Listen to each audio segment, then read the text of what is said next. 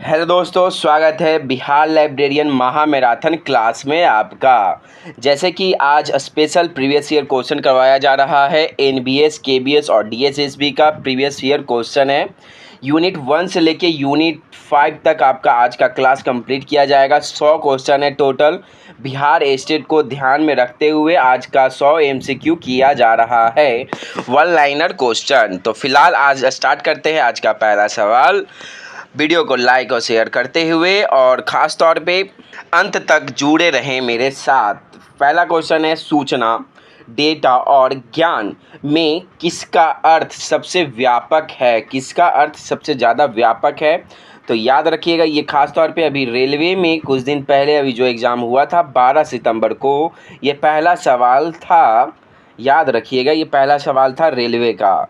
तो इसका आंसर होगा ज्ञान का सबसे ज़्यादा व्यापक अर्थ होता है। ज्ञान का सबसे ज़्यादा व्यापक अर्थ होता है। याद रखिएगा, ये महामैराथन आज के लिए बहुत ही स्पेशल रहेगा, प्रीवियस ईयर क्वेश्चन है। दूसरा क्वेश्चन है, कैटलॉगिंग का मुख्य कार्य क्या है? कैटलॉगिंग का मुख्य कार्य आपका है पुस्तकों की सूची तैयार करना और उनका विवरण देना। उस कैटलॉगिंग का सबसे ज़्यादा और कैटलॉगिंग में सबसे ज़्यादा यूज क्या किया जाता है? दो याद रखिएगा। पहला तो सीसीसी क्लासिफाइड कैटलॉग कोड बोला जाता है, जो आपका 1934 ईस्वी में ख़ास तौर पे किसके द्वारा आपको पता होना चाहिए, डॉक्टर रंगनाथन जी के द्वारा लाया गया था क्लासिफाइड कैटलॉग कोड आपका। ठीक है, कैटलॉगिंग में दो बोले, जैसे कि हम दूसरा होता है ACR2। ACR2 कब आया था? 1 आया था आपका 1967 में आया था। ठीक है, और दूसरा आया था आपका 1978 में आया था। 1978 ईस्वी में आया था ACR2, जो सबसे ज़्यादा उपयोग किया जाता है कैटलॉगिंग के रूप में। ठीक है, याद रखिएगा, इम्पॉर्टेंट रहेगा आपके लिए। एक सवाल और बनता है आपके लिए कि ACC का खास तौर पे क्लासिफाइड कैटलॉग कार्ड कि इसमें मेन क्लास कितने होता है? मेन अकॉर्डिंग क्लास के अकॉर्डिंग कितने कार्ड बनाए जाते हैं? तो CC के अकॉर्डिंग, क्लासिफाइड कैटलॉग कोड के अकॉर्डिंग 6 मेन क्लास के अकॉर्डिंग बनाए जाते हैं, और ACR2 के अकॉर्डिंग आपका 8 मेन क्लास के अकॉर्डिंग बनाया जाता है, जैसे कि हेडिंग सेक्शन, लीडिंग सेक्शन। याद रखिएगा, इंपॉर्टेंट रहेगा आपके लिए। फिलहाल आगे बढ़ेंगे नेक्स्ट क्वेश्चन पे। थर्ड क्वेश्चन आज का, डेवी डेसिमल क्लासिफिकेशन DD किस प्रकार की व्यवस्था है? तो ये आपका आंसर होगा विषय आधारित वर्गीकरण है। विषय आधारित वर्गीकरण है आपका। और एक इम्पॉर्टेंट ये है कि DDC कब आया? तो DDC आया आपका 1876 ईस्वी में आया है। किसके द्वारा आया है? तो मेलवी डेवी के द्वारा लाया गया है। मेलवी डेवी के द्वारा लाया गया है। ये इंपॉर्टेंट रहेगा आपके लिए। और DDC याद रखिएगा, महामैराथन क्लास है और मैं गारंटी करता हूँ 100 क्वेश्चन आज जो है लास्ट तक जुड़े रहें। 100 क्वेश्चन में से मैं गारंटी करता हूँ स्टेट में 100% आने की संभावना है। और आपका जल्द 1 से 2 दिन के अंदर आपका नोटिफिकेशन जारी हो जाएगा स्टेट का। और एग्ज़ाम आपका दिसंबर प्लस में होने वाला है, दिसंबर के लास्ट वीक में होने वाला है। ठीक है, याद रखिएगा, ये इंपॉर्टेंट नोटिफिकेशन है आपके लिए। फ़िलहाल ALA का पूरा नाम बताइएगा। ALA का पूरा नाम क्या है? तो ALA का अमेरिकन लाइब्रेरी एसोसिएशन बोला जाता है। ये मेरे टेलीग्राम सेट में हुआ गया था, ये क्वेश्चन दिया गया था। जो मारे होंगे अच्छी बात है, प्रैक्टिस सेट किया जा रहा है ललिन एकेडमिक शिक्षा मंच 2.0 पे। तो आप टेलीग्राम पे से जुड़ जाएं और सेट प्रैक्टिस करते रहें आपके लिए। फ़िलहाल इसका आंसर याद रखिएगा। ALA के बारे में, ALA सबसे पहले याद रखिएगा सबसे बड़ा संघ है और ओल्ड संघ मतलब पुराना संघ है। ठीक है, और ये कब बना है? तो ये याद रखिएगा कब बना है, तो 1876 में ही बना है। 1876 में ही बना है ALA। एक सवाल और पूछेगा कि भारत का पुराना संघ कौन सा है? तो ILA बोला जाता है। ILA, ठीक है, इंडियन लाइब्रेरी एसोसिएशन। इसको अमेरिकन लाइब्रेरी एसोसिएशन बोला जाता था और इंडियन लाइब्रेरी एसोसिएशन बोला जाता है। चलिए अब आगे बढ़ेंगे नेक्स्ट क्वेश्चन पे। ऑपेक बहुत इंपॉर्टेंट है। ये फुल फॉर्म आपका रेलवे में आ चुका है। ये रेलवे 12 सितंबर में भी ये सवाल आ चुका है। तो ऑपेक का खास तौर पे ऑनलाइन पब्लिक एक्सेस कैटलॉग है। ऑनलाइन पब्लिक एक्सेस कैटलॉग है। महामैराथन क्लास आपके लिए स्पेशल चल रहा है, ज़रूर देखिए वन लाइनर क्वेश्चन। चलिए फिलहाल आगे बढ़ेंगे नेक्स्ट क्वेश्चन पे। ISSN सबसे पहले इंटरनेशनल स्टैंडर्ड सीरियल नंबर बोला जाता है। और ये ख़ास तौर पे पत्रिका, ये बहुत इंपॉर्टेंट है। ये पत्रिका आपसे कई बार सब पूछेगा कि ISBN नंबर आपका बुक में दिखता है, लेकिन ISSN नंबर आपका कहाँ दिखेगा, तो आपका पत्रिका में दिखेगा। और ये कितने नंबर का होता है ISS नंबर, तो ये 8 डिजिट का होता है। ISS नंबर किसके द्वारा प्रदान किया जाता है, तो NIC के द्वारा प्रदान किया जाता है। चलिए क्लास को आगे बढ़ते हैं, नेक्स्ट क्वेश्चन पे आते हैं। आज का 7 क्वेश्चन क्या बोल रहा है। 7 क्वेश्चन है, सर्कुलेशन विभाग का कार्य क्या है। सर्कुलेशन विभाग का कार्य क्या है, तो इसका आंसर होगा पुस्तकों का निर्गम और वापसी, मतलब आगम और निर्गम, मतलब लेन देन का काम किया जाता है सर्कुलेशन विभाग के द्वारा। सर्कुलेशन विभाग आप याद रखिएगा, जैसे ही कोई पुस्तकालय में एंट्री लेते हैं जस्ट तुरंत आपको सर्कुलेशन विभाग तुरंत ही मिलेगा, क्योंकि पुस्तक का लेन देन आपसे आपका वहीं कार्य होता है। ठीक है, तो ये इम्पोर्टेंट रहेगा आपके लिए। चलिए 8वां क्वेश्चन है आज का आपका, कैटलॉगिंग में ऑथर एंट्री किससे संबंधित है। ऑथर एंट्री जब भी आप बनाते हैं, कार्ड बनाने के लिए सीख सकते हैं आप लोग मेरे ही के अकॉर्डिंग। कार्ड बनाते हैं तो ऑथर अकॉर्डिंग आपका लेखक के द्वारा बनाया जाता है। ऑथर किसके द्वारा, तो लेखक के द्वारा बनाया जाता है। चलिए अब आगे बढ़ेंगे नेक्स्ट क्वेश्चन पे। 9 क्वेश्चन क्या बोल रहा है। 9 क्वेश्चन को ध्यान में रखते हुए आगे बढ़ेंगे। प्रिजर्वेशन और कंजर्वेशन में मुख्य अंतर क्या है, तो इसका अंतर होगा आपका संरक्षण और मरम्मत एवं सुधार का अंतर है, दोनों में इम्पोर्टेंट रहेगा आपके लिए। चलिए अब आगे बढ़ेंगे नेक्स्ट क्वेश्चन पे। ISBN नंबर, जैसे कि हम आपको बताएं कि ISBN नंबर किसको बोलते हैं, तो ISBN नंबर सबसे पहले इंटरनेशनल स्टैंडर्ड बुक नंबर बोला जाता है। ये RRLF के द्वारा प्रदान किया जाता है। ठीक है, ये इम्पोर्टेंट रहेगा आपके लिए। और इम्पोर्टेंट ये है कि 2006 तक ये ख़ास तौर पे 2006 तक ये 10 डिजिट का प्रदान होता था। कोई भी आप बुक होगा 2006 के पहले तो देखिएगा ISBN नंबर ऐसा रहेगा लास्ट में आपका, और अंक दिया रहेगा 2 4 9 8 और टोटल ऐसे। तो ये देखिएगा जितना भी कम अंक होगा 10 अंक का होगा तो 2006 के पहले का बुक होगा। और 2001 जनवरी 2007 से बुक जो भी होगा वो 13 डिजिट का होगा, 13 डिजिट का होता है। ठीक है, तो इम्पोर्टेंट रहेगा आपके लिए। फ़िलहाल ये MCQ स्पेशल बनाया गया है प्रीवियस ईयर क्वेश्चन को देखते हुए लर्निंग एकेडमी के द्वारा। 11 क्वेश्चन क्या बोल रहा है, सूचना, जैसे कि वही क्वेश्चन फिर से आ गया है कि सूचना और डेटा ज्ञान में सबसे व्यापक अर्थ किसका है, तो ज्ञान का है। चलिए महामैराथन में आप जुड़े रहे मेरे साथ, क्योंकि आपके लिए क्वेश्चन आएगा इंग्लिश में, स्पेशल क्वेश्चन है। जो बहुत बोल रहे थे सर इंग्लिश हिंदी नहीं आ रहा था, लीजिए महामैराथन में आपको दोनों शब्द में मिलने वाला है। देखिएगा पहला फिर से सवाल है, महामैराथन में 100 क्वेश्चन करवाया जाएगा। वीडियो को लाइक करते हुए चलिएगा। क्या बोल रहा है, who is now as the father of library science. Father of library science किसे बोला जाता है, तो आपको पता होना चाहिए कि भारत में खास तौर पे डॉक्टर रंगनाथन को, SR रंगनाथन को बोला जाता है। चलिए इससे हम आपको 10 में MCQ और बना देते हैं कि पहला SR रंगनाथन का फुल फॉर्म याद रखिएगा, सियाली रामामृत रंगनाथन होता है। और कुछ जान लेते हैं, डॉक्टर रंगनाथन जी का डेट ऑफ बर्थ अब कब मनाया जाता है, तो 12 अगस्त को मनाया जाता है लाइब्रेरियन डे के तौर पे। देख सकते हैं लाइब्रेरियन डे के रूप से मनाया जाता है। और आगे बढ़ेंगे नेक्स्ट क्वेश्चन पे, कब इनका डेट ऑफ बर्थ है, तो 1892 ईस्वी में इनका डेट ऑफ बर्थ हुआ है। जन्म पूछेगा आपसे तो याद रखिएगा। और फिर आपको याद रखिएगा ये MA भी किए थे, मैथ से किए थे। ठीक है, 1914 से लेके 16 के तक आपका ये इन्होंने मैथ्स से PG किए थे। फिर उसको इन्होंने 1924 ईस्वी में। और लाइब्रेरी साइंस के इन्हें पूछा जाएगा कि गुरु किसे माना जाता है, डॉक्टर रंगनाथन जी के गुरु कौन हैं, तो आपको बताना पड़ेगा कि W.V. श्रेयस को माना जाता है रंगनाथन जी का गुरु। ठीक है, याद रखिएगा, इंपॉर्टेंट रहेगा आपके लिए।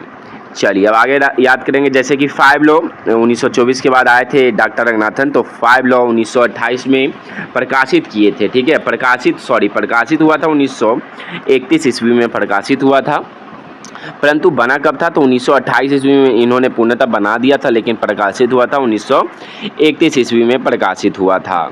तो 5 लॉ भी आपसे कई बार सवाल में पूछा जाएगा, डायरेक्ट पूछा जाएगा कि 5 लॉ कौन कौन से हैं। स्टेट का ये सवाल 5 लॉ जरूर रहेगा आपसे, तो याद रखिएगा। पहला सवाल देखिएगा, पहला क्वेश्चन क्या बोल रहा है, बुक आर फॉर यूज, पहला लॉ है ये आपका। ठीक है, याद रखिएगा। ठीक है, बुक आर फॉर यूज। दूसरा है every reader his her book. ठीक है, तीसरा है एवरी बुक्स इज रीडर्स, और चौथा है save the time of the readers. पांचवा लॉ क्या है, लाइब्रेरी इज ग्रोइंग ऑर्गेनाइज्ड में बोला जाता है। एक क्वेश्चन ऐसा भी रहेगा कि आपसे इतना क्वेश्चन लिखेगा कि द लाइब्रेरी इज ग्रोइंग, और उसके बाद आपको एमसीक्यू के तौर पे दे देगा क्या होगा, ऑर्गेनाइजेशन होगा, ऑर्गेनिज्म होगा। ये याद रखिएगा क्योंकि ये सवाल कई बार आ चुका है एनवीएस और केवीएस में आपका। ठीक है, तो चलिए, दिक्कत हो रहा होगा तो बताइएगा कैसा महामैराथन चल रहा है, आप जरूर कमेंट में करिएगा। फिलहाल तीसरा क्वेश्चन आज का, which classification scheme is use mainly Indian library. Very important है, इंडियन लाइब्रेरी में ज़्यादातर कौन सा यूज किया जाता है, तो हम आपको जस्ट अभी बताए थे कि डॉक्टर रंगनाथन जी के द्वारा 1931 में 5 लॉ प्रकाशित हुआ था। उसके बाद आपका 1933 ईस्वी में 1933 में कोलन क्लासिफिकेशन की स्थापना हुआ था। मतलब 1933 में कोलन क्लासिफिकेशन आया था भारत में। ठीक है, तो ये कोलन क्लासिफिकेशन 1933 में आया है डॉक्टर रंगनाथन जी के द्वारा। ये इंपॉर्टेंट सवाल है, एमसीक्यू याद करते हुए आगे बढ़िएगा। फिलहाल आगे बढ़ेंगे नेक्स्ट क्वेश्चन पे कि what does cataloguing reference to, इसको क्या होगा आंसर, तो इसका आंसर होगा आपका बी होगा इसका आंसर। वन लाइनर और पीडीएफ आपका लर्निंग एकेडमिक शिक्षा मंच 2.0 पे प्रोवाइड है। इसे बोला जाता है correcting bibliographic description of term बोला जाता है, आइटम्स बोला जाता है। ठीक है, तो याद रखिएगा, इंपॉर्टेंट रहेगा आपके लिए। चलिए आगे बढ़ेंगे। ऑपेक, जैसे कि अभी हम आपको जस्ट बताएं महामैराथन चल रहा है, ऑपेक बार बार आ रहा है क्योंकि ये कई बार हर बार सवाल में पूछा जा रहा है और बिहार साक्षरता में ये सवाल रह चुका है। तो ऑपेक का याद रखिएगा, ऑपेक सबसे पहले आया कब है तो 1967 में आया है, 1967 में आया है ऑपेक। ठीक है, तो ऑनलाइन पब्लिक एक्सेस कैटलॉगिंग बोला जाता है। ठीक है, ये इंपॉर्टेंट रहेगा आपके लिए। फिलहाल अब आगे बढ़ेंगे नेक्स्ट क्वेश्चन पे। ये सब कुछ यूएसए का है, ये इंपॉर्टेंट रहेगा आपके लिए। फिलहाल नेक्स्ट क्वेश्चन, छठा क्वेश्चन है, which one is a standard bibliography format, तो इसका आंसर होगा मार्क। सबसे पहले चलिए विस्तार से समझते हैं, इंपॉर्टेंट पॉइंट बाय पॉइंट लिखिएगा। पहला पॉइंट है मार्क कब आया, तो मार्क आया है आपका 1960 में आया है। उससे पहले हम आपको इसका फुल फॉर्म बता देते हैं, मशीन रीडेबल कैटलॉग बोला जाता है। ठीक है, मशीन रीडेबल कैटलॉग बोला जाता है। ये सवाल आपका रेलवे में आया है 12 सितंबर को। दूसरा पॉइंट है कि मार्क 1 कब आया है, तो मार्क 1 आया है आपका 1966 में आया है। फिर मार्क 2 कब आया है, तो मार्क 2 आया है आपका 1968 में आया है, ये इंपॉर्टेंट रहेगा आपके लिए। और फिर आपका आया है मार्क 21 कब आया है, तो 1999 में आया है आपका। ठीक है, मशीन रीडेबल कैटलॉग बोला जाता है, ये याद रखिएगा। चलिए आगे बढ़ेंगे नेक्स्ट क्वेश्चन पे। कैसा लग रहा है क्लास जरूर बताते चलिएगा। टेलीग्राम आपका लर्निंग एकेडमिक टेलीग्राम जुड़ा हुआ है, शिक्षा मंच 2.0, आप जाकर जुड़ सकते हैं। और ये पीडीएफ और साथ ही साथ आपका प्रैक्टिस सेट हो रहा है लर्निंग एकेडमिक 2.0 पे, और इसके साथ आपके लिए एमसीक्यू भी चलेगा क्योंकि बिहार स्टेट का नोटिफिकेशन जल्द जारी होने वाला है। तो आप लोग तैयारी ज़बरदस्त रखें, जल्द आपका नोटिफिकेशन आपके पास होगा। चलिए फिलहाल नेक्स्ट सवाल क्या बोल रहा है, नेक्स्ट क्वेश्चन क्या है, what is the main purpose is the indexing in library science. Indexing का सबसे ज़्यादा रहता है आपका इम्पॉर्टेंट है। आंसर क्या, B provide to access to subject contents होगा। चलिए आगे बढ़ेंगे नेक्स्ट क्वेश्चन पे। 8वां क्वेश्चन, क्या बोल रहा है 8वां क्वेश्चन कि which is the library acquisition method, कौन सा है? तो इसका आंसर होगा ऑल द एबव होगा, डी होगा इसका आंसर। चलिए आगे बढ़ेंगे नेक्स्ट क्वेश्चन पे। 9 क्वेश्चन आज का वेरी इंपॉर्टेंट क्वेश्चन चल रहा है, महामैराथन क्लास चल रहा है। और जैसे कि आपको दिख रहा होगा कि आपका उधर लाइब्रेरी नेटवर्क से यूनिट वाइज एग्ज़ाम के अकॉर्डिंग पढ़ाया जा रहा है। जैसे कि ये देख सकते हैं 11 क्वेश्चन है कि कैटलॉगिंग और क्लासिफिकेशन। जैसे कि AACR ये रेलवे में आ चुका है 12 सितंबर में आपका एग्ज़ाम में। AACR स्टैंडर्ड 4 इसका फुल फॉर्म पूछ रहा है, तो एंग्लो अमेरिकन कैटलॉगिंग रूल्स बोला जाता है। ठीक है, ACR 2 के बारे में बहुत बार सवाल में आ चुका है, कब आया है तो हम आपको अभी जस्ट ही बताएं कि 1978 में आया है एंग्लो अमेरिकन कैटलॉगिंग रूल्स। और आर रिवाइज्ड पूछेगा आपसे तो रिवाइज्ड याद रखिएगा, रिवाइज्ड होता है। मार्क जैसे कि हम आपको बताएं फुल फॉर्म भी बता चुके हैं, डेट ऑफ बर्थ भी बताएं कि कब आया है, डेट इसका इस्टेब्लिश ईयर, कि मार्क आपका मशीन रीडेबल कैटलॉगिंग बोला जाता है। ठीक है, ये 12 क्वेश्चन है, यूनिट 5 तक कंप्लीट किया जाएगा एक एक यूनिट को, तो आप लोग याद रखते हुए चलिएगा। क्या बोल रहा है, what is the cutter, CA cutter याद रखिएगा। एक्सपेंसेस क्लासिफिकेशन बेस्ड ऑन, ये भी इंपॉर्टेंट है, ये सब्जेक्ट डिवीजन नोटेशन के अकॉर्डिंग बनाया जाता है। ठीक है, ये इंपॉर्टेंट रहेगा आपके लिए। फिलहाल 14 क्वेश्चन DDC, आपको कई बार DDC के अभी हम जस्ट बताए थे कि DDC कब आया है, तो 1876 में आया है, मेलवे डेवी के द्वारा आया गया है। ये इंपॉर्टेंट रखिएगा आप लोग, इंपॉर्टेंट वाई क्वेश्चन है। फिलहाल 15 क्वेश्चन है। और ISBN नंबर, ये आपका टोटल महामैराथन क्लास 1 आवर से भी ज़्यादा रहेगा, आप बस मेरे साथ जुड़े रहें, कब तक चलेगा क्लास पता नहीं। फिलहाल ISBN नंबर का फुल फॉर्म मैं बता चुका हूँ कि इंटरनेशनल स्टैंडर्ड बुक नंबर बोला जाता है। ये 13 नंबर का होता है, मैं फिर से बता देता हूँ कि ये 13 नंबर का होता है। 1 जनवरी 2007 से ये 13 डिजिट का होने लगा है। भाग पूछेगा तो भाग आपसे ये इम्पोर्टेंट रहता है। ठीक है, भाग आपको ऐसे कट रहेगा। ठीक है, देख लीजिएगा, 1 हो गया, 2 हो गया, 3 हो गया, ये 4 हो गया, ये 5 हो गया। ठीक है, तो ये 5 भाग में विभक्त रहता है और ये 13 डिजिट का रहता है नंबर। 1 जनवरी 2007 से इम्पॉर्टेंट रहेगा आपके लिए। फिलहाल आगे बढ़ेंगे नेक्स्ट क्वेश्चन पे। जैसे कि हम आपको तुरंत बताए थे कि ISS नंबर किस प्रकार का है, तो पत्रिका है, सीरियल है, जर्नल्स हम आपको बता चुके हैं, इम्पॉर्टेंट रहेगा। अब चलिए यूनिट वाइज चेंज करते हैं, अब नेक्स्ट यूनिट पे आते हैं। नेक्स्ट यूनिट अब आपका आएगा लाइब्रेरी मैनेजमेंट, यूनिट 2। जैसे कि आपको बिलिस किए होंगे तो यूनिट 2 में ये एग्ज़ाम में देना पड़ा होगा। ठीक है, लाइब्रेरी मैनेजमेंट क्या है, तो लाइब्रेरी मैनेजमेंट चलिए विस्तार से समझते हैं। Management FW Taylor, father of library management FW Taylor को माना जाता है। ठीक है, ये इंपॉर्टेंट रहेगा, पहला सवाल आप याद रखिएगा, इम्पॉर्टेंट रहेगा आपके लिए। जो इम्पॉर्टेंट रहेगा मैं ज़रूर बताऊंगा। जैसे कि ये सवाल 12 सितंबर रेलवे में आ चुका है, ये सवाल अब मेरे छात्र के द्वारा बताया गया था कि इंटर लाइब्रेरी लोन के बारे में पूछा गया है क्या है, तो इसलिए मैं बार बार बोल रहा हूँ क्यों आया, कौन सा एग्ज़ाम में आया है। और अभी फ़िलहाल ये क्वेश्चन न्यू है, इसलिए मैं बार बार फोकस करवा रहा हूँ कि अभी रेलवे में आया है, तो हो सके तो बिहार लाइब्रेरियन के पास कोई मौका नहीं है अभी फ़िलहाल क्वेश्चन बनाने का। तो अब ये क्वेश्चन देखेंगे कि कहाँ पे कितना क्वेश्चन बन रहा है, कैसा क्वेश्चन आ रहा है, उसी के अकॉर्डिंग उठा के आपका एग्ज़ाम में आएगा। तो इसलिए मैं बार बार बोल रहा हूँ कि कौन सा क्वेश्चन कैसा आ रहा है, याद रखिए, ध्यानपूर्वक रखिएगा। ठीक है, तो इसका ख़ास तौर पर याद रखिएगा inter library loan. Inter library loan का मतलब होता है एक पुस्तकालय से दूसरे पुस्तकालय में किसी बुक या पीरियोडिकल नहीं होने के कारण, मांगने के कारण पड़ता है कि अपने लाइब्रेरी में नहीं होता है तो दूसरे पुस्तकालय में मांगा जाता है, कुछ दिनों के लिए मांगा जाता है, उसी को इंटर लाइब्रेरी लोन के रूप में जाना जाता है। इंटर लाइब्रेरी लोन के रूप में जाना जाता है। ठीक है, ये इम्पोर्टेंट रहेगा आपके लिए। फ़िलहाल अब आगे बढ़ेंगे नेक्स्ट क्वेश्चन पे। नेक्स्ट क्वेश्चन आपके लिए हो चुका है स्टॉक वेरिफिकेशन। स्टॉक वेरिफिकेशन में बहुत इंपॉर्टेंट है, मैनुअल चेकिंग होता है, बार कोडिंग चेकिंग होता है, टैगिंग चेकिंग होता है।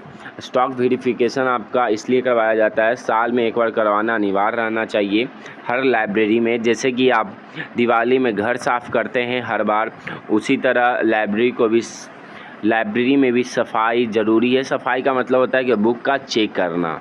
ठीक है, बुक चेक करना ठीक है। मैं पहले जिस स्कूल में था उसको स्टॉक वेरिफिकेशन करवाया गया है, क्योंकि जो फटा हुआ रहता है बुक उसको साइड किया जाता है, फिर उसको मरम्मत किया जाता है। ये भी कार्य है आपका। बाइंडिंग करना कार्य है आपका लाइब्रेरी में, वेरी इंपॉर्टेंट रहेगा आपके लिए। ठीक है, चलिए आपका ये बजट और ख़ास तौर पे और MCQ 1 लाइनर क्वेश्चन भी चलेगा आपके लिए, बस आप मेरे साथ जुड़े रहें अंत तक। चलिए फिलहाल आगे बढ़ेंगे नेक्स्ट क्वेश्चन पे। सीरियल मैनेजमेंट अबाउट क्या है? तो इसका आंसर होगा एसोसिएशन, बाइंडिंग, इंडेक्सिंग, पीरियोडिकल। ये सब इससे ज़्यादा इम्पोर्टेंट है आपके लिए। देख सकते हैं लोगों की लर्निंग एकेडमी के द्वारा यूनिट 1 से लेके यूनिट 5 तक आपका MCQ किया जा रहा है। बस आप मेरे साथ जुड़े रहें अंत तक, क्योंकि अब वीडियो को लाइक ज़रूर कीजिएगा, क्योंकि आपके लिए GK GS भी चलाया जा रहा है। जो GK GS देखना चाहते हैं, ख़ासतौर पे BPSC का हो या अन्य कोई बिहार का एग्ज़ाम देना चाहते हैं, वो देख सकते हैं, क्योंकि SSC का भी तैयारी इसमें चलता है। SSC के लिए इंग्लिश भी पढ़ाया गया है, प्लेलिस्ट बना हुआ है, जाकर आप देख सकते हैं। मात्र लाइब्रेरी ही नहीं, हर क्वेश्चन पढ़ाया जा रहा है। लाइब्रेरी के लिए मैं टीचर हूँ आपके लिए स्पेशल, और सबके लिए नए टीचर भी लाइब्रेरियन के लिए मैं लाया था, परंतु उनको कोई ज़्यादा पसंद नहीं किया, इसलिए हटा दिया मैंने। नए टीचर का फिर से स्वागत करेंगे। फ़िलहाल अभी आप GK GS पे फोकस करें, आपके लिए बहुत फ़ायदा रहेगा एग्ज़ाम को लेकर। फ़िलहाल अभी चलिए MCQ फिर से मारते हैं। क्या है पहला सवाल? क्या है इन्फ्लुएट का पूरा नाम क्या है? सबसे पहले ये जान लीजिए ये बना कब है और किसके द्वारा बनाया गया है। ठीक है, तो ये सबसे पहले बनाया गया है आपका 1991 में ईस्वी में बना है। ठीक है, और ये ख़ास तौर पे एकेडमिक लाइब्रेरी के लिए है स्पेशल। ठीक है, उसके बाद आपका UGC, आपको समझ में आ रहा होगा, नहीं भी आ रहा होगा तो कोई बात नहीं, ध्यान कहीं और होगा आपका। फ़िलहाल ध्यान मेरे तरफ कीजिए और बातों को गौर करते हुए आगे बढ़िएगा कि UGC के द्वारा इसे बनाया गया था ख़ास तौर पे एकेडमिक लाइब्रेरी को देखने के लिए। और ये क्वेश्चन ज़्यादातर पूछा जाएगा कि कोहा लाइब्रेरी, कोहा सॉफ्टवेयर, आप कई बार सुने होंगे। कोहा सॉफ्टवेयर आपका इन्फोनेट के ही द्वारा 1999 में आया है। ये स्पेशल ये फ्री सॉफ्टवेयर है, आप लोग सॉफ्टवेयर का यूज कीजिएगा, क्योंकि कहीं भी आप जॉब जाते हैं तो कोहा या सोल का सॉफ्टवेयर यूज ज़्यादा किया जाता है। ठीक है, तो फिलहाल इसका आंसर आपको, जैसे कि एक क्वेश्चन से आपका 3 सवाल बन चुका है, 4 सवाल, और फिलहाल इसका आंसर होगा इंफॉर्मेशन एंड लाइब्रेरी नेटवर्क बोला जाता है इन्फ्लुएट का। ये इंपॉर्टेंट रहेगा आपके लिए। चलिए अब आगे बढ़ेंगे नेक्स्ट क्वेश्चन पे। चलिए अब सेकंड सवाल में आते हैं, याद रखिएगा इंपॉर्टेंट रहेगा आपके लिए ये। फिलहाल चलिए डेलनेट बहुत इंपॉर्टेंट है, इसका सबसे पहले इसका फुल फॉर्म भी याद रखिएगा, डेवलपिंग लाइब्रेरी नेटवर्क बोला जाता है। ठीक है, खास तौर पे इसका स्थापना, डेलनेट की स्थापना 1998 में किया गया है। डेलनेट की स्थापना आपका 1998 में किया गया। डॉक्यूमेंटेशन के क्षेत्र में बहुत ही बड़ा योगदान है इसका, ये इंपॉर्टेंट रहेगा और मेरे बातों को गौर कीजिएगा तो याद होता चलेगा। चलिए अब नेक्स्ट सवाल पे बढ़ते हैं। OCLC का सबसे पहले फुल फॉर्म इसलिए मैं गौर कर रहा हूँ आपके लिए, क्योंकि अभी फ़िलहाल मेरे छात्र लोग रेलवे का एग्ज़ाम देकर आए हैं, तो बोल रहे थे कि सर फुल फॉर्म ज़्यादातर RDA का पूछा गया था, जो मैं उनको बताया भी था। RDA का फुल फॉर्म था, CAS का था, और आपका ISBD का फुल फॉर्म था। ये इंपॉर्टेंट क्वेश्चन सवाल था, तो इसी के अकॉर्डिंग बोल रहे हैं कि बिहार स्टेट जब भी होगा आपका तो 10 से 15 सवाल आपसे फुल फॉर्म ज़रूर पूछेगा। तो सवाल है आपका कि ऑनलाइन कंप्यूटर लाइब्रेरी क्लासिफिकेशन बोला जाता है, ये पॉइंट में रख लीजिएगा, बहुत इंपॉर्टेंट रहेगा। और सबसे पहले इसकी स्थापना कब हुआ है? तो इसकी स्थापना ओहिया कॉलेज, ठीक है, ओहिया कॉलेज में हुआ है, 1967 में हुआ है। ठीक है, और उसके बाद आपका USA में हुआ है। इसके अभी मुख्यालय कहाँ है? तो USA में है, ओहिया में है। ठीक है, तो ये इंपॉर्टेंट रहेगा आपके लिए। फ़िलहाल बहुत ज़्यादा ये बार बार पूछता है सवाल। चलिए अब आगे बढ़ेंगे नेक्स्ट क्वेश्चन पे। क्लास को लाइक ज़रूर कीजिएगा। और फिलहाल जैसे कि हम आपको बताए थे इन्फ्लुएट के बारे में, पहला ही सवाल में कि इन्फ्लुएट कब बना, कैसे बना। ये एकेडमिक लाइब्रेरी के द्वारा बनाया गया है। ठीक है, एकेडमिक लाइब्रेरी को ध्यान दिया जाता है इस पर, और ये अहमदाबाद गुजरात में है, गांधीनगर। ठीक है, ये इंपॉर्टेंट रहेगा। मुख्यालय आप याद रखिएगा और पॉइंट बाय पॉइंट रखिएगा ज़रूर, क्योंकि इस एग्ज़ाम में इस बार जितना भी एग्ज़ाम हो रहा है, राजस्थान का हो या रेलवे का हो या KBS DSSB का फ़िलहाल अभी हुआ है एग्ज़ाम, MP का हुआ है। तो सारे एग्ज़ाम में आपको एक गौर कीजिएगा क्वेश्चन को कि ज़्यादातर डेवलप मतलब लाइब्रेरी कंप्यूटर के बारे में ज़्यादा पूछा जा रहा है, तो इस पे गौर कीजिएगा। फ़िलहाल 5 क्वेश्चन आज का। नैस्डैक अब किसके नाम से जाना जाता है? तो नैस्डैक को अब जाना जाता है निस्केयर के नाम से जाना जाता है। और नैस्डैक का फुल फॉर्म बताइएगा। तो नैस्डैक को आप कर सकते हैं कि इंडियन नेशनल डॉक्यूमेंटेशन सेंटर बोला जाता है, ठीक है। निस्केयर के अब नाम से अब ये अब चलता है, ठीक है। चलिए अब आगे बढ़ेंगे। Next question, SOUL software. सबसे पहले सोल सॉफ्टवेयर याद रखिएगा कि सोल सॉफ्टवेयर आपका 1999 में आया है, ठीक है। और ये आपका इन्फ्लुएंट के द्वारा लाया गया है। ये इम्पोर्टेंट रहेगा आपके लिए, इन्फ्लुएंट के द्वारा लाया गया है और ये एकेडमिक पे ज़्यादा ध्यान देता है, ठीक है। एकेडमिक लाइब्रेरी आपको समझ में आना चाहिए क्योंकि मैं कल पिछले वाले वीडियो में समझाया हूँ कि लाइब्रेरी 4 प्रकार के होते हैं, ज़्यादातर 3 प्रकार के माने जाते हैं। तो पहला लाइब्रेरी है आपका पब्लिक लाइब्रेरी, फिर दूसरा आता है आपका एकेडमिक लाइब्रेरी, फिर आपका आता है स्पेशल लाइब्रेरी और चौथा नेशनल लाइब्रेरी को जो है। लेकिन 3 लाइब्रेरी के बारे में हमेशा पूछता है कि लाइब्रेरी कितने प्रकार के हैं, तो 3 लाइब्रेरी पे ज़्यादा फोकस किया जाता है, तो 3 लाइब्रेरी ही मारिएगा, ठीक है। फ़िलहाल ये बहुत ज़्यादा इम्पोर्टेंट है आपके लिए और कहीं आप जॉब जाते हैं तो सॉफ्टवेयर की जानकारी ज़रूरी रखना है। जैसे कि देख सकते हैं, OPAC का पूरा नाम ऑनलाइन पब्लिक एक्सेस कैटलॉग बोला जाता है। ऑनलाइन पब्लिक एक्सेस कैटलॉग बोला जाता है। तो OPAC के बारे में कुछ जानकारी आपको जानना ज़रूरी है कि आपका OPAC कई बार आपसे सवाल में पूछा जा चुका है, तो इस पे ध्यान दीजिएगा। चलिए फ़िलहाल अब आगे बढ़ेंगे नेक्स्ट क्वेश्चन पे। नेक्स्ट क्वेश्चन पे आने से पहले मैं बता देता हूँ आपको कि आपको जल्द बिहार लाइब्रेरियन का नोटिफिकेशन मिलने वाला है। आप ये यूनिट वाइज देखिएगा और आपका ये एक साथ आपका 250 क्वेश्चन करवाया जाएगा महामैराथन के तौर पे। और ये ललित अकादमी के द्वारा बनाया गया स्पेशल आपके लिए बिहार स्टेट का सवाल। फ़िलहाल ISBN नंबर, सबसे पहले ये जान लीजिएगा फुल फॉर्म इसका। ISBN नंबर का फुल फॉर्म होगा आपका इंटरनेशनल स्टैंडर्ड बुक नंबर बोला जाता है, ठीक है। और ये ख़ास तौर पे RRLF के द्वारा प्रकाशित किया जाता है। RRLF कहाँ बना है, इम्पॉर्टेंट है। RRLF आपका बना है आपका कोलकाता में 1972 ईस्वी में बना है, ठीक है। ये कई बार आपसे सवाल में पूछता है कि ISBN नंबर कितने नंबर का होता है, तो 2006 तक आप बोल सकते हैं।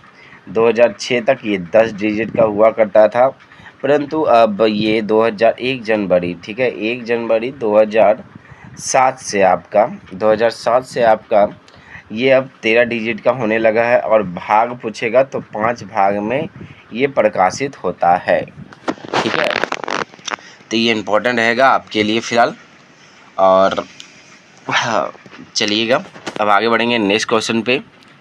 और ये बुक की पहचान करने के लिए उपयोग किया जाता है, इसका आंसर ये होगा। और फ़िलहाल मैं चाहता हूँ कि ISBN नंबर याद नहीं हो रहा है तो कोई भी बुक आप लीजिए और उसके पीछे में देखिएगा, उनके पीछे आपका ISBN नंबर 13 डिजिट का रहता है, ठीक है।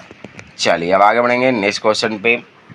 ISSN, इसका भी कई बार सवाल में आ चुका है। ये इम्पोर्टेंट रहेगा आपके लिए। बिहार स्टेट में जितना भी मैं अभी यूनिट वाइज करवाया हूँ 100% आने की संभावना है। मात्र ये 250 क्वेश्चन में 100 क्वेश्चन आने की संभावना है, तो आप लोग ज़रूर ध्यान दीजिएगा।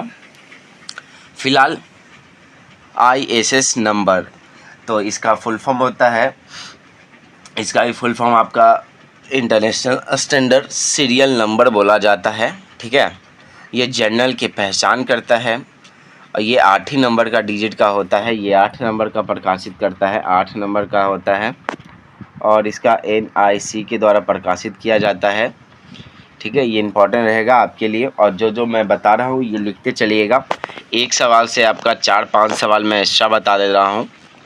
मैं चाहता हूँ कि इस वीडियो को ज़्यादा से ज़्यादा शेयर और लाइक ज़रूर कीजिएगा और आपके लिए महामैराथन जल्द लाया जा रहा है। चलिए 10वां क्वेश्चन क्या बोल रहा है, बार कोडिंग का प्रयोग कहाँ होता है। सबसे पहले आप कई बार सवाल में पूछ चुके होंगे, पढ़े होंगे RFID के बारे में। ठीक है, RFID का यूज खास तौर पे इसी के लिए, बार कोडिंग के लिए किया जाता है। उसी के अकॉर्डिंग आपका ये भी बनाया जा रहा है। और लेकिन बार कोडिंग का उपयोग आपका सर्कुलेशन सिस्टम के उपयोग के लिए किया जा रहा है। ठीक है, तो ये इम्पोर्टेंट रहेगा आपके लिए, याद रखिएगा। इम्पोर्टेंट एक एक लाइन आपके लिए इम्पोर्टेंट है। RFID जैसे कि हम आपको जस्ट बताएं, ये आ गया है तुरंत। एक एक सवाल आपके लिए बहुत ही महत्वपूर्ण रहेगा क्योंकि लर्निंग अकेडमी के द्वारा यह स्पेशल PDF बनाया गया है। कैसा लग रहा है PDF? और जिनको चाहिए वो लर्निंग अकेडमी टेलीग्राम पे जाके जुड़ सकते हैं 2.0 पे। ठीक है, तो फिलहाल RFID का पूरा नाम होगा रेडियो फ्रिक्वेंसी आइडेंटिफिकेशन बोला जाता है। ये इंपॉर्टेंट रहेगा आपके लिए। मैं इस पर काम कर चुका हूँ, इस पे ज़्यादा फोकस कर चुका हूँ मैं अपने कॉलेज के माध्यम से। जब मैं बिलिस किया था उसके बाद अपना ये काम, अब तो मैं स्कूल पे हूँ, स्कूल में रहता हूँ, परंतु ये काम स्टार्टिंग में ही मैं कर चुका था। चलिए आगे बढ़ते हैं नेक्स्ट क्वेश्चन पे। निस्केयर, सबसे पहले निस्केयर का गठन कब हुआ। और एक सवाल अभी जस्ट आप लोग बनाएं कि निस्केयर किसको चेंज करके बनाया गया है, तो नैस्डॉक को चेंज करके निस्केयर बनाया गया है। तो एक सवाल यही था कि कब बनाया गया, तो 2002 में बनाया गया, 2002 में बनाया गया। ठीक है, चलिए अब आगे बढ़ेंगे नेक्स्ट क्वेश्चन पे। कैसा लग रहा है सवाल और जवाब बताते चलिएगा। फिलहाल 13 क्वेश्चन आज का कि UGC बहुत इम्पॉर्टेंट है। जैसे कि मैं आपको बता चुका हूं कि UGC की सूचना नेटवर्किंग परियोजना कौन सी है, और मैं आपको बताया था कि 1991 में इन्फोनेट की स्थापना की गई है। UGC की स्थापना, UGC के द्वारा इन्फोनेट की स्थापना की गई है। तो ये मैं चाहता हूं कि आपको इस वीडियो को ज़्यादा से ज़्यादा लाइक कीजिएगा क्योंकि मैं आपको हर क्वेश्चन का जवाब प्यारे से दे रहा हूं। फिलहाल 14 क्वेश्चन है, एयरनेट का मुख्य उपयोग किस क्षेत्र में किया जाता है आपके लिए। ये खास तौर पे शिक्षा एवं अनुसंधान का उपयोग के लिए किया जाता है, एयरनेट के लिए। इसमें से सवाल मैं आज का 50 क्वेश्चन में गारंटी में कहता हूँ कि BPSC और स्टेट को मिलाकर ये हो सके तो 25 क्वेश्चन आने की संभावना है। आज के सवाल में आपका लाइब्रेरियन, बिहार लाइब्रेरियन के तौर पे 25 क्वेश्चन आने की संभावना है 50 में से। और ठीक है, तो ये याद रखिएगा, ध्यानपूर्वक पढ़ाई पे फोकस कीजिएगा। जैसे OCLC का फिर से फुल फॉर्म मैं बता चुका हूँ, फिर भी आ गया है कि ऑनलाइन कंप्यूटर लाइब्रेरी सेंटर बोला जाता है। ठीक है, एक एक सवाल आपके लिए रहेगा इसमें, इसलिए मैं बोल रहा हूँ कि आपका स्टेट में ये सवाल खास तौर पे आज का क्लास में से 25 क्वेश्चन प्लस रहेगा।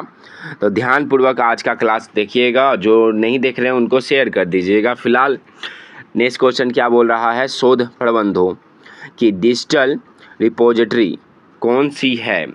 तो डिजिटल रिपोजिटरी कौन सी है, तो शोध गंगा है, शोध गंगा है। ठीक है, शोध गंगा है आपका। चलिए अब आगे बढ़ेंगे नेक्स्ट क्वेश्चन पे। UGC 17 क्वेश्चन है, UGC इन्फोनेट किससे संबंधित है। तो UGC इन्फोनेट आपका ई-जर्नल्स कंसोर्टियम से संबंधित है, इम्पॉर्टेंट है। चलिएगा आगे बढ़ेंगे नेक्स्ट क्वेश्चन पे, वीडियो को लाइक करते हुए। डेलनेट का हो जाएगा developing library network documentation, very important है। ये क्या है, तो ये खास तौर पे रिसोर्स शेयरिंग है आपका। और डेलनेट कब बना है आपको जस्ट अभी हम बताएं, 1988 में बना है डेलनेट, ये इस भी याद रखिएगा। फिलहाल अब आगे बढ़ेंगे नेक्स्ट क्वेश्चन पे। ई-जर्नल्स किस प्रकार का स्रोत है, ई-जर्नल किस प्रकार का स्रोत है। तो ई-जर्नल आपका इलेक्ट्रॉनिक्स इंफॉर्मेशन सोर्स है। ठीक है, आगे बढ़ेंगे नेक्स्ट क्वेश्चन पे। CD-ROM का पूरा नाम क्या है, ये कंप्यूटर भी आप जोड़ सकते हैं इसमें। ठीक है, तो फिलहाल ये बहुत ही इंपॉर्टेंट क्लास है आज का। लाइब्रेरियन के तौर पे कोई भी अब एग्ज़ाम देते हैं आजकल 2025 के आज अपडेट एग्ज़ाम देखते हैं, तो ज़्यादातर सवाल आप पूरे में पढ़िएगा, फिर भी ज़्यादातर सवाल ऐसा ही रहेगा। इस बात को गौर करते हुए पढ़ाई पे फोकस कीजिएगा आज का क्लास पे। फिलहाल CD रोम का पूछा जा रहा है तो compact disc read only memory बोला जाता है। रोम का तो कई बार सवाल में आ चुका है कि रीड ओनली मेमोरी बोला जाता है। ठीक है, चलिए अब आगे बढ़ेंगे नेक्स्ट क्वेश्चन पे। क्या बोल रहा है, 21 क्वेश्चन है, इंटरनेट की शुरुआत कब हुई? इंटरनेट की शुरुआत कब हुई, ये सवाल कई बार आ चुका है। ये इसका आंसर होगा 1969 में शुरू हुई, 1969 में इंटरनेट की शुरुआत हुई है। और एक सवाल मैं बता देता हूँ आपके लिए कि 22 क्वेश्चन आ चुका है आपके पास स्क्रीन पे कि ईमेल का पूरा नाम क्या है। ईमेल का पूरा नाम हो जाएगा इलेक्ट्रॉनिक्स मेल बोला जाता है। ये सारा प्रीवियस ईयर क्वेश्चन है, जितना भी अभी तक फ़िलहाल एग्ज़ाम में आया है उसी के अकॉर्डिंग ये PDF बनाया गया है। ठीक है, तो इस बात को गौर करते हुए आगे बढ़िएगा। ये फालतू कोई क्वेश्चन नहीं है, सारा का सारा एग्ज़ाम में आया हुआ है, एक एक क्वेश्चन सारा एग्ज़ाम में आया हुआ है। चलिए 23वां क्वेश्चन है कि सर्च इंजन का उदाहरण क्या है? तो सर्च इंजन का उदाहरण आपके लिए होगा, ख़ास तौर पे आपको पता होगा कि ज़्यादातर सर्च इंजन किस में करते हैं, तो गूगल पे करते हैं हम लोग, बिंग पे करते हैं। तो याद रखिएगा ये सीधा सवाल आपसे पूछा जाएगा, इजी क्वेश्चन है ये सब। फ़िलहाल आगे बढ़ेंगे। ओपे के बारे में हम आपको बता चुके हैं कि ऑनलाइन कब आया है ये ख़ास तौर पे, और ख़ास तौर पे ये ऑनलाइन पब्लिक एक्सेस कैटलॉग बोला जाता है। ये इंपॉर्टेंट रहेगा, इसका फुल फॉर्म याद रखिएगा। और इन्फ्लुनेट आपको इंपॉर्टेंट रहेगा कि ये ख़ास तौर पे सोल का भी यही लाया था इन्फ्लुनेट, और UGC के द्वारा इन्फ्लुनेट बनाया गया है। ठीक है, चलिए अब आगे बढ़ेंगे नेक्स्ट क्वेश्चन पे। 24 क्वेश्चन है आज का। 24 क्वेश्चन क्या बोल रहा है, गेटवे सर्विस का कार्य क्या है? गेटवे सर्विस का कार्य क्या है? तो एक्सेस टू अदर्स नेटवर्क का कार्य करता है। Access to network, others network का कार्य करता है। चलिए बहुत इंपॉर्टेंट है, ये VVI में रख लीजिएगा क्योंकि ये हर साल की भांति इस साल भी आने की संभावना है एग्ज़ाम में। कोई भी एग्ज़ाम ऐसा नहीं है कि इसके बारे में नहीं पूछता है। ये आप सोच सकते हैं कि ज़्यादातर एग्ज़ाम में ये एक एक सवाल ज़रूर हमेशा पूछता है। तो ये क्या है, Z39.5 स्टैंडर्ड किससे संबंधित है? तो ये ख़ास तौर पे इंफॉर्मेशन रिलेटिव से संबंधित है। ठीक है, ये एक सीधा सवाल आपसे बार बार पूछा जाएगा, याद रखिएगा। चलिए अब आगे बढ़ेंगे नेक्स्ट क्वेश्चन पे। डेटाबेस का उदाहरण क्या है? डेटाबेस का उदाहरण क्या है? तो डेटाबेस का उदाहरण आपका मेटा डाटा भी बोल सकते हैं। डेटाबेस को मेटा डाटा के रूप में जाना जाता है, लेकिन पबमेड इसको बोला जाता है। चलिए कोई बात नहीं, इसको याद रखिएगा, डेटा इंपॉर्टेंट है, सूचना आपसे पूछा जाएगा। चलिए नेक्स्ट क्वेश्चन क्या बोल रहा है, जस्टॉर्स किस प्रकार की सेवा है? तो किस प्रकार की सेवा है? तो ये डिजिटल जर्नल की सेवा प्रदान करता है, डिजिटल के रूप में प्रदान करता है। ये खास तौर पे सेवा प्रदान करती है। जैसे कि आपको ओपे के बारे में बता चुके हैं। ऑनलाइन डिक्शनरी क्या है? ऑनलाइन डिक्शनरी का मतलब हो जाता है कि जितना भी आप ई बुक के माध्यम से पढ़ सकते हैं। ई बुक क्या है ये भी सवाल आपसे पूछा जाएगा। तो मैं बार बार बोल रहा हूँ अपने दोस्त लोग से जो मेरे साथ पढ़ रहे हैं कि आप अपने ध्यान दीजिएगा नेटवर्क पे। 28 क्वेश्चन क्या बोल रहा है, DOAG किसका डिक्शनरी है? तो ये आंसर होगा आपका ओपेक एक्सेस जर्नल का डिक्शनरी है। ठीक है, चलिए अब आगे बढ़ेंगे नेक्स्ट क्वेश्चन पे। 19 क्वेश्चन आज का, फुल फॉर्म ऑफ ई ग्रंथालय बहुत इंपॉर्टेंट है।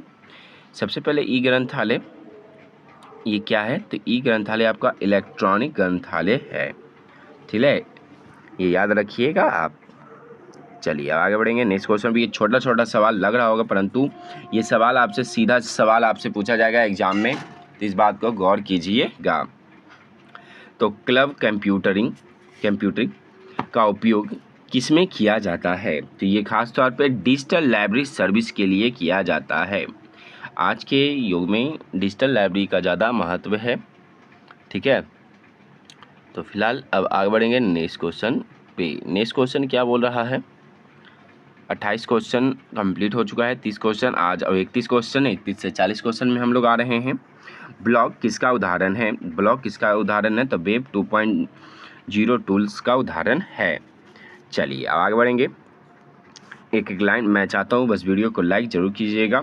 विकी का प्रयोग किसके लिए होता है? तो इसका आंसर होगा आपका नॉलेज शेयरिंग के लिए किया जाता है। खास तौर पे मैं एक नोटिस बता देता हूँ कि जीके जीएस का क्लास चल रहा है। खान सर का जीके पॉइंटर कंप्लीट किया जा रहा है सर के माध्यम से, तो वो आपका प्लेलिस्ट बना हुआ है, जाकर जरूर देखिएगा। डेली क्लास चल रहा है, आप लोगों के लिए स्पेशल क्लास चलाया जा रहा है, हिस्ट्री, जीके, ज्योग्राफी अलग। तो आप लोग तैयारी ज़बरदस्त रखें, क्योंकि जीके जीएस भी इम्पॉर्टेंट रहेगा आपके लिए। फिलहाल 33 क्वेश्चन है आपके लिए कि सब्जेक्ट गेटवे का उदाहरण क्या है? तो सब्जेक्ट गेटवे का उदाहरण आपका विशिष्ट विषय पर संसाधनों की सूची करना। ठीक है, आगे बढ़ेंगे नेक्स्ट क्वेश्चन पे। गूगल स्कॉलर किसका उदाहरण है?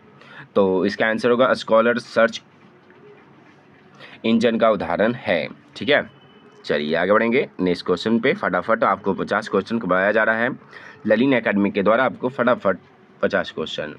मेटा सर्च इंजन क्या है? मेटा सर्च इंजन आपका डॉग पीले है। ठीक है, इसका आप मेटा सर्च इंजन आपका गूगल याहू आपका ये सर्च इंजन में आ जाएगा। ठीक है, जैसे कि अभी आप जस्ट आंसर बताए थे कि सर्च इंजन में कौन सा आएगा, तो देख सकते हैं ये सर्च इंजन में आपका आएगा। ठीक है, ये याद रखिएगा। रिसोर्स शेयरिंग, ये कई बार सवाल में आ चुका है, ये जितना भी पूछा गया है एग्जाम में आ चुका है। ये 10 साल का सवाल है आपके पास, 10 साल का प्रीवियस ईयर क्वेश्चन है। फिलहाल रिसोर्स शेयरिंग का लाभ क्या है? तो इसका आंसर होगा इकॉनमी और वाइडर एक्सेस का है। ठीक है, रिसोर्स शेयरिंग। चलिए आगे बढ़ेंगे नेक्स्ट क्वेश्चन पे। 37 क्वेश्चन आज का। वर्चुअल लाइब्रेरी क्या है? वर्चुअल लाइब्रेरी कई बार पूछा जा चुका है। Electronic collection accessibly online. खास तौर पे वर्चुअल लाइब्रेरी उसे बोला जाता है, याद रखिएगा, बात को सुनिएगा, मैं समझा देता हूँ आपको वर्चुअल लाइब्रेरी किसे बोला जाता है।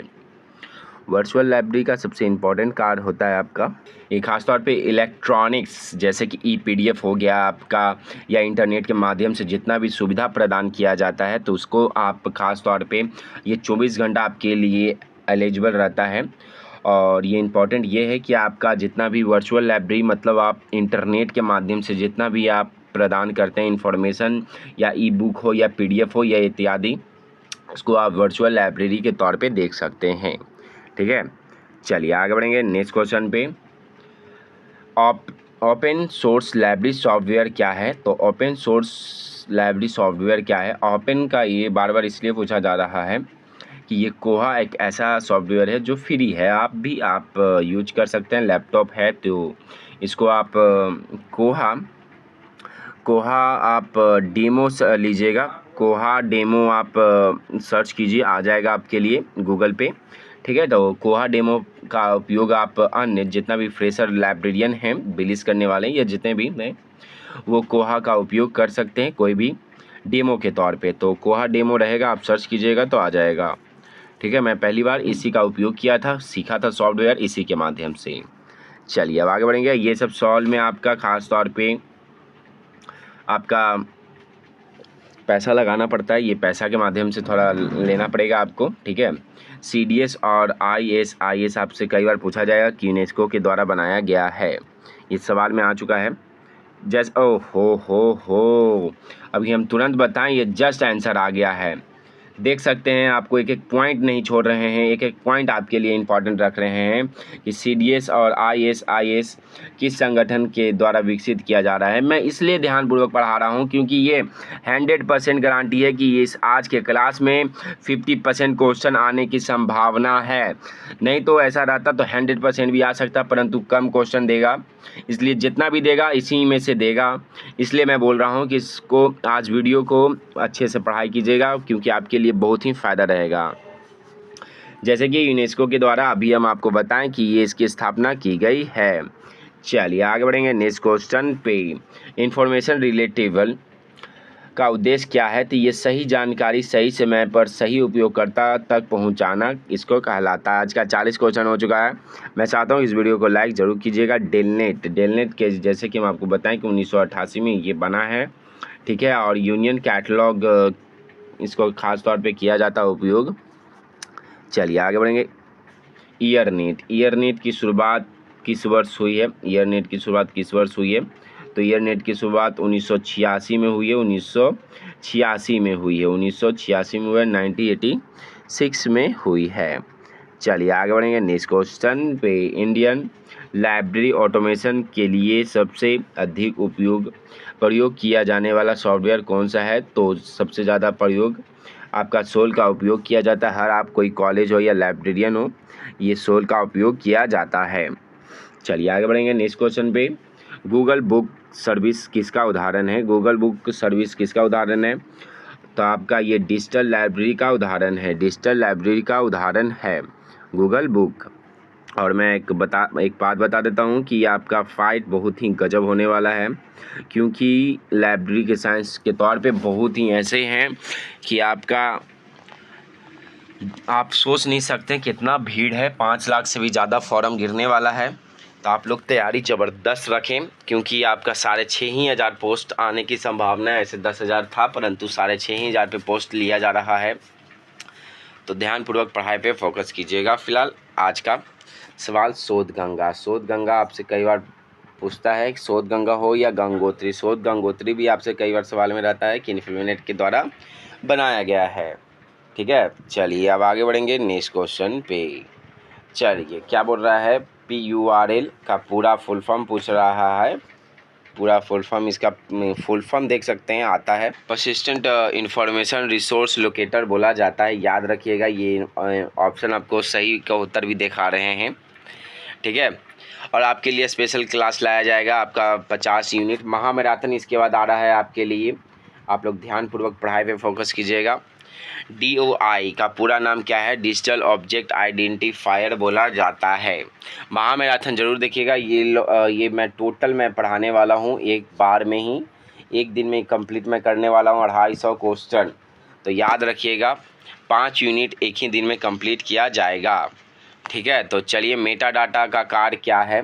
मेटा डाटा का कार्य क्या है? तो डेटा के बारे में डेटा देना। ठीक है, इसी को मेटा डाटा बोला जाता है। चलिए अब आगे बढ़ेंगे नेक्स्ट क्वेश्चन पे। डबलिंग कोड बहुत इंपॉर्टेंट क्वेश्चन है, ये सवाल सब आ चुका है, मैं बार बार बोल रहा हूँ। क्या बोल रहा है? डबलिंग कोड किससे संबंधित है? तो मेटा डाटा स्टैंडर्ड से संबंधित है, स्टैंडर्ड से संबंधित है। कि ओपन एक्सेस मूवमेंट किससे उद्देश्य है? तो क्या है ये? खास तौर पे इसका उद्देश्य क्या है? तो ये रिसर्च लिटरेचर फ्री ऑनलाइन उपलब्ध कराना रहता है इसका। रेफरेंस सर्विस का मुख्य उद्देश्य क्या है? तो रेफरेंस सर्विस का मुख्य उद्देश्य आपका पाठकों की जानकारी की आवश्यकता पूरी करना रेफरेंस सर्विस कहलाता है। ठीक है, चलिए सेकंड क्वेश्चन आज का कि रेफरेंस सर्विस की संकल्पना किसने दी है? तो रेफरेंस सर्विस की संकल्पना किसने दी है? तो इसका आंसर होगा SR रंगनाथन जी के द्वारा दिया गया था। SR रंगनाथन जी के द्वारा दिया गया था। ठीक है, चलिए अब आज का थर्ड क्वेश्चन है, और मैं चाहता हूँ कि इस वीडियो को लाइक और शेयर करते हुए आगे बढ़िएगा। फिलहाल थर्ड क्वेश्चन आज का कि रेफरेंस इंटरव्यू का अर्थ क्या है? रेफरेंस इंटरव्यू का अर्थ क्या है? तो इसका आंसर होगा पाठक की सूचना आवश्यकता को समझना होता है। ठीक है, चलिए अब आगे बढ़ेंगे। चौथा क्वेश्चन है, 50 क्वेश्चन रहेगा। रेडी रेफरेंस सर्विस की विशेषता क्या है? तो रेडी रेफरेंस की आपका विशेषता है रेडी रेफरेंस और लॉन्ग रेफरेंस, दो याद रखिएगा, दो प्रकार के होते हैं सर्विस। ठीक है, रेडी रेफरेंस मतलब शॉर्ट टाइम में आपको मिनटों में जो सूचना प्रदान की जाती है उसे रेडी रेफरेंस बोला जाता है। और जो लंबे मतलब जैसे कि इसको लंबा शोध कर सकते हैं PhD वाले छात्र, जैसे कि टाइम लगता है उनके लिए स्पेशल इन्फॉर्मेशन देने में जो उनको चाहिए यूजर्स को, तो उसके लिए आपका लॉन्ग रेफरेंस सर्विस बोला जाता है। तो ये इंपॉर्टेंट रखिएगा, याद रखिएगा। ठीक है, जैसे तत्काल उत्तर देना इसका आंसर होगा, जैसे कि आ चुका है आपका 5वां क्वेश्चन कि लॉन्ग रेंज रेफरेंस सर्विस किसको बोलते हैं? तो लॉन्ग रेफरेंस सर्विस में आपका बिब्लियोग्राफी बनाना या PhD वाले ज़्यादातर छात्र रहते हैं। ठीक है, तो चलिए आगे बढ़ेंगे नेक्स्ट क्वेश्चन पे। नेक्स्ट क्वेश्चन है छठा क्वेश्चन, रेफरेयर सर्विस का अर्थ क्या है? तो इसका आंसर होगा पाठक को दूसरे स्रोत की ओर भेजना, पाठक को दूसरी स्रोत की ओर भेजना। चलिए अब आगे बढ़ेंगे नेक्स्ट क्वेश्चन पे। CAS का पूरा नाम क्या है? फुल फॉर्म याद रखिएगा, आज का रेलवे में सवाल फुल फॉर्म आया है। मैं चलिए सबसे पहले इसका फुल फॉर्म याद रखना अनिवार्य है, क्योंकि बिहार स्टेट में आपका ये फुल फॉर्म 10 से 15 सवाल फुल फॉर्म से रहेगा, तो इस बात को गौर कीजिएगा और याद रखिएगा। फिलहाल CS का होगा करेंट अवेयरनेस सर्विस बोला जाता है, करेंट अवेयरनेस सर्विस बोला जाता है। और ऐसा ही सवाल आपको मिलेगा, क्योंकि रेलवे में ज़्यादातर सवाल ज़्यादातर ऐसा ही सवाल रहा है। तो फिलहाल SDI का पूरा नाम बताइएगा। तो SDI का नाम रहेगा आपका सिलेक्टिव डिसेमिनेशन ऑफ इंफॉर्मेशन बोला जाता है, तो इसको याद रखिएगा, इंपॉर्टेंट रहेगा आपके लिए। फिलहाल अब आगे बढ़ेंगे नेक्स्ट क्वेश्चन पे। रेडी रेफरेंस क्वेश्चन का उदाहरण क्या है? 9 का क्वेश्चन का उदाहरण क्या है? तो ये खास तौर पे रेडी रेफरेंस और लॉन्ग रेफरेंस, जैसे कि हम आपको बता चुके हैं रेडी रेफरेंस और लॉन्ग रेफरेंस में क्या अंतर है। ठीक है, तो रेडी रेफरेंस जैसे कि किसी देश की राजधानी जानना हो या किसी अन्य, फिर से मैं बता देता हूँ आपको कि या छोटा मोटा कोई जानकारी होता है, कि जैसे कि आप ये आंसर देख सकते हैं, किसी देश की राजधानी बता दें या किसी राज्य का सीमा बता दें, या ऐसा क्वेश्चन जो मिनटों में आपको यूजर्स को उसका इन्फॉर्मेशन प्रदान कर दिया जाता है, उसको रेडी रेफरेंस में रख दिया जाता है।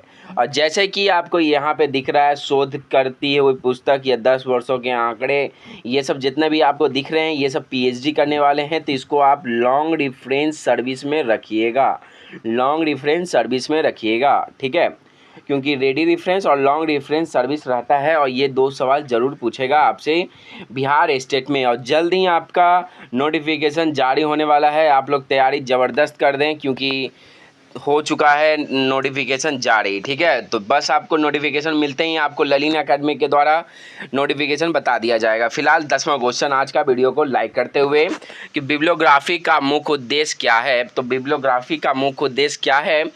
तो इसका मुख्य उद्देश्य होता है किसी विषय पर उपलब्ध सभी साहित्य की सूची देना। ठीक है, बिब्लियोग्राफी ये सब आपका सवाल जरूर रहेगा। 5 यूनिट आपका कंप्लीट किया जा रहा है। फिलहाल 11 क्वेश्चन आज का। 11 क्वेश्चन क्या बोल रहा है? इंसाइक्लोपीडिया किस प्रकार का रेफरेंस सोर्स है? इंसाइक्लोपीडिया किस प्रकार का रेफरेंस सोर्स है? तो इसका आंसर होगा जनरल रेफरेंस सोर्स है, जनरल रेफरेंस सोर्स है। ठीक है, ये इंपॉर्टेंट रहेगा आपके लिए। चलिए अब आगे बढ़ेंगे नेक्स्ट क्वेश्चन पे। 12 क्वेश्चन है कि डिक्शनरी किसका उदाहरण है? डिक्शनरी किसका उदाहरण है? डिक्शनरी किसका उदाहरण है? तो डिक्शनरी आपका, डिक्शनरी से जैसे कि आप खोलते हैं या कोई वर्ड मीनिंग जानना हो या कुछ अन्य ऐसा सवाल कि तुरंत मिल जाता है डिक्शनरी से, तो उसको रेडी रेफरेंस सर्विस में रखेंगे। ठीक है, रेडी रेफरेंस और लॉन्ग रेफरेंस याद रखिएगा, ये बहुत ही अलग है। चलिए, ईयर बुक किसे बोला जाता है? इंपॉर्टेंट है ये सवाल, और ख़ास तौर पे जो अभी बी लिस्ट कर रहे हैं और एम लिस्ट कर रहे हैं उनके लिए ये सवाल बहुत रहेगा इंपॉर्टेंट। ईयर बुक से क्या मिलता है? तो ईयर बुक से, चलिए, ईयर बुक मतलब जैसे कि वार्षिक आंकड़े। ठीक है, वार्षिक आंकड़े जो एक साल में जो घटना घट चुकी है उसको 1 साल बाद प्रकाशित किया जाता है, तो उसको वार्षिक ईयर बुक बोला जाता है। ठीक है, 1 वर्ष का आंकड़े। ठीक है, याद रखिएगा, इंपॉर्टेंट रहेगा ये सवाल, आपसे सीधा सवाल पूछा जाएगा। चलिए आगे बढ़ेंगे नेक्स्ट क्वेश्चन पे। हुज एज हु इंपॉर्टेंट है, किसका उदाहरण है? ये आपका बिब्लियोग्राफी या जीवनी बोल सकते हैं, बायोग्राफी जीवनी बोला जाता है इसको।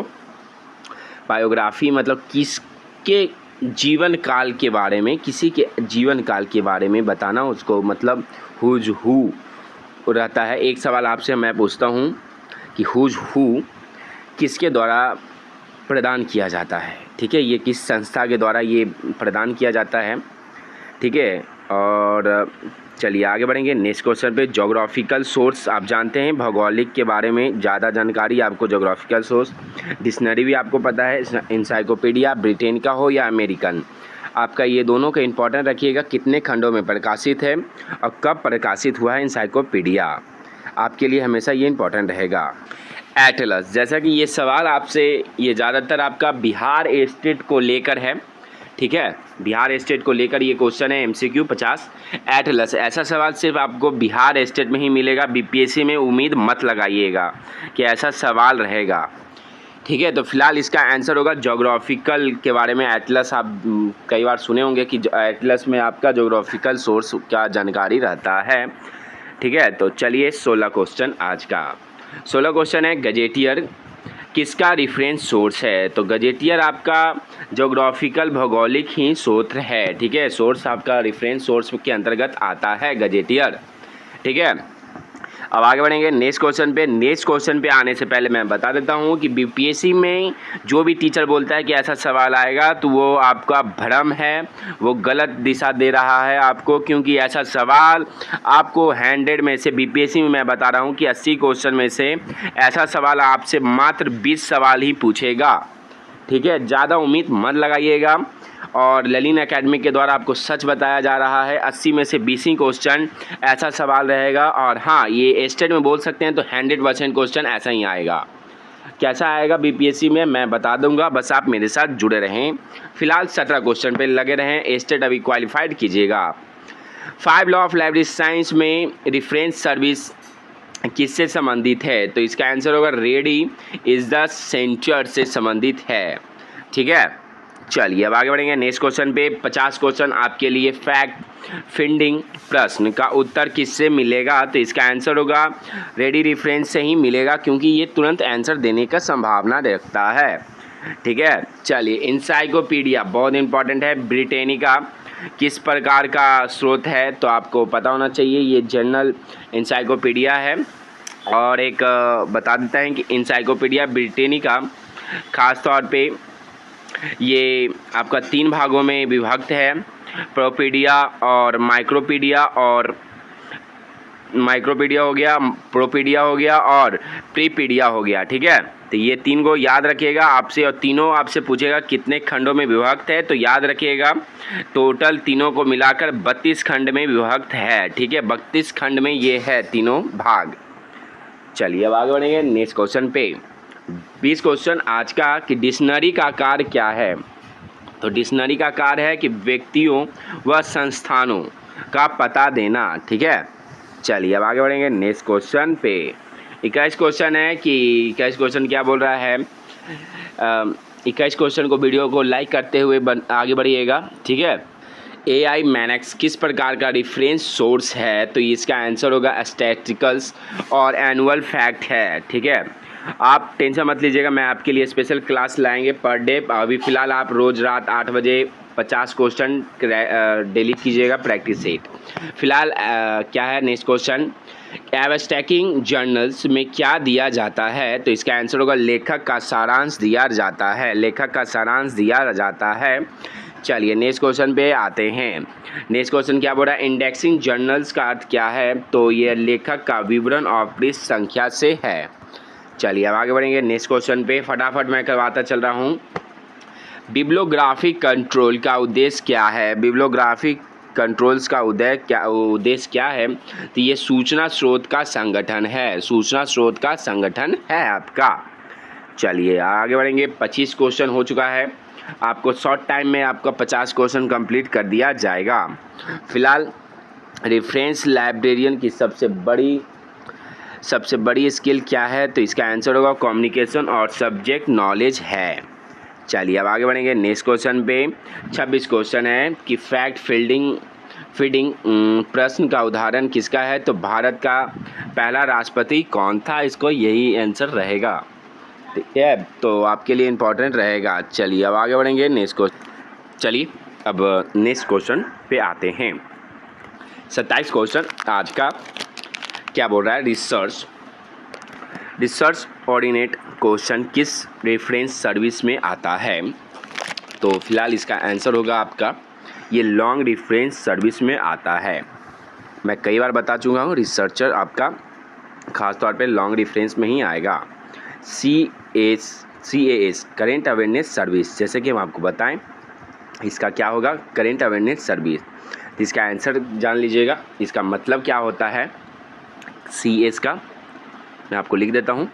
ठीक है, तो इसका आंसर देखिएगा कि नई प्रकाशित जानकारी से पाठक को अवगत कराना। करेंट मतलब आपको पता होना चाहिए, फुल फॉर्म से ही आधा आंसर होगा। और मैं एक बात बता देता हूँ कि लाइब्रेरी साइंस ऐसा है कि आपसे जो आप अभी तक पढ़ रहे हैं, जो मैं अभी पढ़ा रहा हूँ, ये फ़ायदा नहीं करने वाला। ज़्यादातर आपको दिमाग काम करेगा वहाँ पे, क्योंकि ऐसा सवाल आपसे, जैसे एक सवाल मैं बोल देता हूँ कि घर का जैसे आपको अचानक कोई क्वेश्चन मिल जाता है तो आपको खुद सोचना पड़ता है कि इसका आंसर क्या होगा।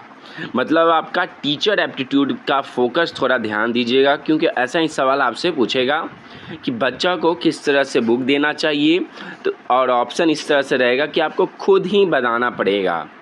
तो ये आप खुद सोच के जाइएगा, क्योंकि ऐसा सवाल ही रहेगा। रेलवे में फ़िलहाल ऐसा ही सवाल ज़्यादातर रहा है, तो इस बात को गौर कीजिएगा। SDI, तो SDI का क्या है, तो ये विशेष रुचि अनुसार सूचना देता है। ठीक है, चलिए आगे बढ़ेंगे, मेरे बात को गौर करते हुए आगे बढ़िएगा। फिलहाल 30 क्वेश्चन आज का। रेफरेंस बुक की सबसे बड़ी विशेषता क्या है? क्विक कॉन्सुलेशन बोला जाता है। ठीक है, इसका आंसर याद रखिएगा। और फिलहाल वीडियो को लाइक करते हुए 31 से 40 क्वेश्चन होने जा रहा है आपका 10 मिनट में ही। तो मैं चाहता हूं कि इस वीडियो को ज़्यादा से ज़्यादा शेयर और लाइक ज़रूर कीजिएगा। फिलहाल 31 क्वेश्चन आज का। नेशनल बिब्लियोग्राफी का उद्देश्य क्या है? तो नेशनल बिब्लियोग्राफी का उद्देश्य है कि इंडियन नेशनल बिब्लियोग्राफी बोला जाता है। इसका प्रकाशन आपका इंडियन का नेशनल लाइब्रेरी से ही प्रकाशित किया जाता है।